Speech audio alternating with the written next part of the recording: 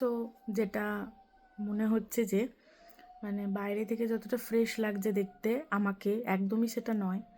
আমি কালকে ডক্টরের কাছে কনসালটেশন নিয়েছিলাম আমার এই টনসিলিটিসের জন্য। এই যে এটা হচ্ছে তার প্রেসক্রিপশন।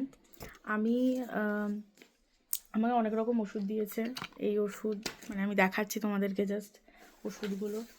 এই যে, তারপরে এটা, এরকম প্রায় 3-4 রকম এরকম ওষুধ দিয়েছে ডাক্তার বলেছে যে আমার টনসিলিটিসটা এখন মারাত্মক পর্যায়ে পৌঁছে গেছে, তাই সেই কারণেই কিন্তু আমার বারবার জ্বর আসছে।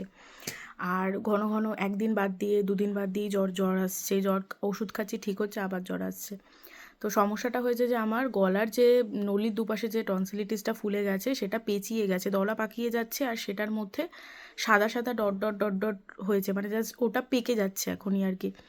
তো সেই জন্য ডাক্তার আমাকে এইগুলো ওষুধগুলো দিয়েছে, অনেক রকম ওষুধ দিয়েছে। আমি এই যে প্রেসক্রিপশন আর এতগুলো ওষুধ।